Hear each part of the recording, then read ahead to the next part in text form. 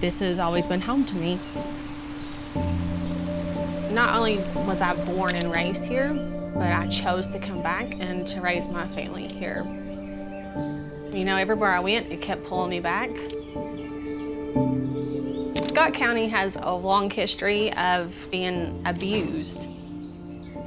We've had our lands extracted for coal, the land extracted for oil, all of the timber cut down for logging.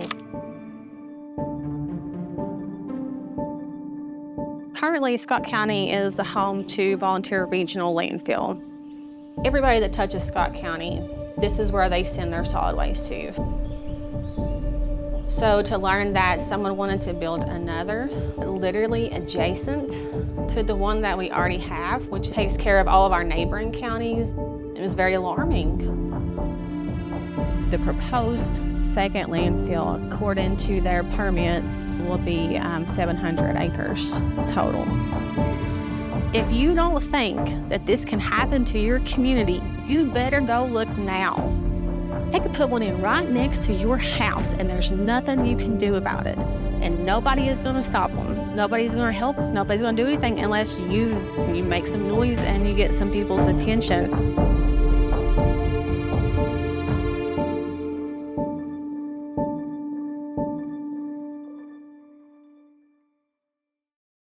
People in Scott County found out last summer in 2025 that there was a request to the state, the Tennessee Department of Environment and Conservation, they call it TDEC, for an old landfill permit from 2010 to be recertified. And this would create a new landfill in Scott County that is only 5 miles from the Big South Fork National Park and Recreation Area. This was the original home and then later headquarters offices for Jim Barna Log Homes Systems. After the company had gone bankrupt, it was just sitting here. So we got busy and put a lot of blood, sweat, and tears to bring it to the state that it's in now. Timber Rock Lodge is not, just for outsiders, but it's helping to bring in people from the outside to then bring new revenue streams and opportunities that allow people to bring in those dollars from out of state, the tax dollars, et cetera. That's all new dollars into our economy here locally. We're trying to change the economy in this area from one that was driven only by the resources that were here that could be extracted. We're seeing a change towards a service industry, towards tourism that is sustainable. It's got opportunity to grow. And again, it's not on the backs of the locals.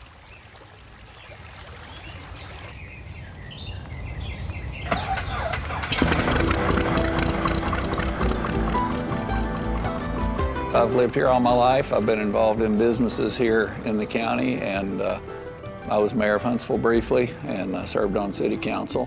And so in that capacity was involved in trying to bring businesses to the area. Always striving for compatible businesses that would not do anything to degrade or destroy the natural and scenic beauty that makes it so popular. That is central to why this area is so attractive. That beauty, that wildlife diversity, the water quality. It's just imperative that we don't do anything that might jeopardize that. In addition, once you've spoiled the waterways, for instance, and species have suffered and water quality is degraded, it takes a long time, if ever, to recover from that.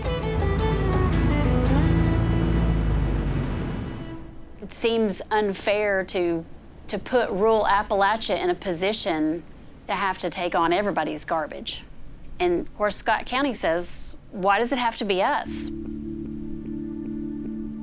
We work very closely with McCreary County, just right across the state border. So we formed a coalition of local governments.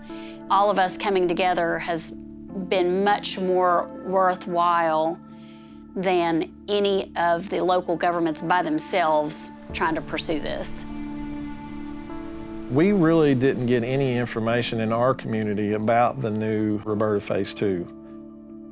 The biggest threat for us is the amount of contamination that could potentially impact our water source. You know, our intake for our community is it's just a few miles down from the outfall of this stream. Bear Creek runs through the landfill area all the way to Big South Fork. If Roberta Phase 2 gets approved, it'll have basically a landfill on both sides. And I haven't seen anything in their plans that talk about mitigation measures to protect that stream. All of these landfills leak to some extent, and the state has taken a dim view of local control of that. Tennessee is underlain by what they call karst terrain. It's like a Swiss cheese. We got holes everywhere. So when you're talking about leachate escaping into groundwater, it can go in any direction and get very far, very fast, and you probably can't catch it or stop it.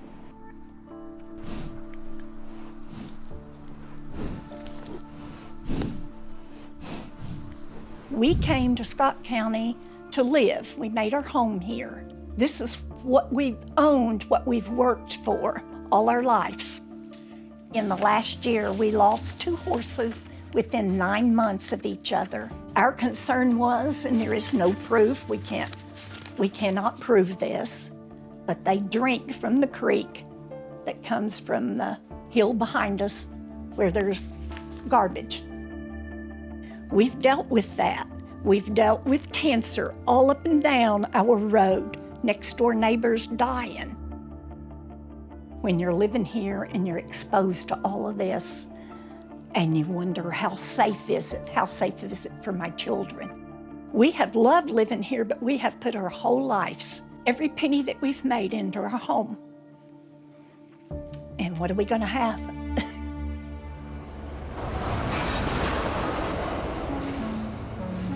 According to their plans, they want to build a trash transfer station to bring in rail cars full of solid waste from outside of the area. All of Tennessee and beyond is what they actually say in their paperwork.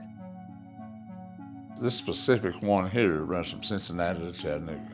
The constituents and the people here, they're worried about their child's health, because theoretically it's going to be rock throwing distance from the schoolhouse. And I don't know all the aspects of the chemicals or what comes from it and what it would do. Nobody does. You know, I want my kids to go somewhere safe. And I know that this school has their safety in mind right now, but this is out of their hands. As a lifelong educator, I'm appalled. I worry, parents worry that school will close down. You're looking at the loss of all of those teacher positions, TAs, janitors, administrators, kitchen staff, all of that. You know, we try to keep it inviting. The teachers do a great job. You know, they spend hundreds and hundreds and hundreds and probably thousands of dollars out of their own pocket to make their classrooms a place where kids want to be. Education is my second concern, and their safety is my first concern. This is no different. All of these teachers here would step in front of a bullet for our students. If that came to it, there would be no questions. So potentially allowing something to come in that could work against student safety, I would be curious to know how that would be, beneficial to our students. I assumed that TDEC, that their job was to protect citizens and to protect our environment, to protect our children. And it's quite clear to see that that's not really what they are doing. They're there to issue permits. I don't get updates from TDEC, from the state on it, until they made their decision. That's when we'll get one. Basically, I'm kind of sort of in the dark on everything. It's a shame, but I know no more than you do. It's hard to find answers. Nobody wants to give us answers. And don't feel right to me, It's very clear that this came about with the help of secrecy. Secrecy is their weapon. So when you don't know what's going on, then you don't know what questions to ask, and you don't know who to ask, and they use that to their benefit. Then I went to a Winfield meeting. It was packed. The room was just packed full of people. To see the community come out in that way, that was phenomenal. You know, we're standing there passing out T-shirts, and more people were flooding in. People are talking, people are greeting each other, and I'm looking at their TDEC representatives' faces, and I'm thinking, they're shocked. They're shocked. When people are facing these types of problems, like a new landfill in a rural community, you have to come together and build a community around solving the problem. You're up against the state, you're up against big business usually, because they come in with funding, they come in with lawyers, they come in with lobbyists, they're ready to go. A lot of times people in Appalachia are underestimated, and it has been so gratifying to see people rally around this cause, because they don't want to see their community buried in trash. They don't want to be known as, you know, the trash dump of East Tennessee.